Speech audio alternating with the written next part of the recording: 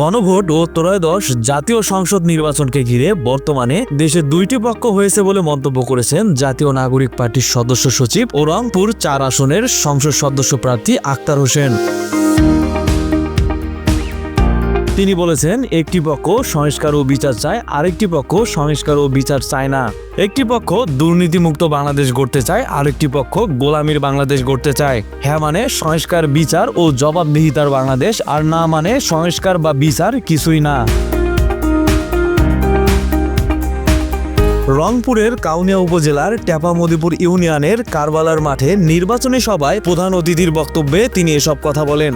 আক্তার হোসেন বলেন, গণভোটে সঠিক সিদ্ধান্ত নিতে হবে, আর এখন সেই সিদ্ধান্ত নেওয়ার সময়। আমরা কোন বাংলাদেশের পক্ষে থাকবো?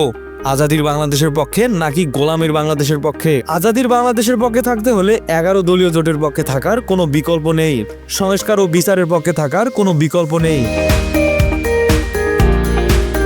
তিনি আরো বলেন, শাপলাকলি মার্কায় আল্লাহ যদি আমাকে সংসদে কবুল করে, তাহলে শুধু পীরগাছা কাউনিয়া নয়, গোটা রংপুর অঞ্চলের বৈষম্য দূরের জন্য সংসদে কথা বলবো। আমরা ইনসাফ ভিত্তিক সমাজ ও রাষ্ট্র ব্যবস্থা গড়ে তোলার কাজ করব। মানুষ এখন পরিবর্তনের আকাঙ্ক্ষা নিয়ে জেগে উঠেছে। ডেস্ক রিপোর্ট, দেশ নিউজ বিডি 24।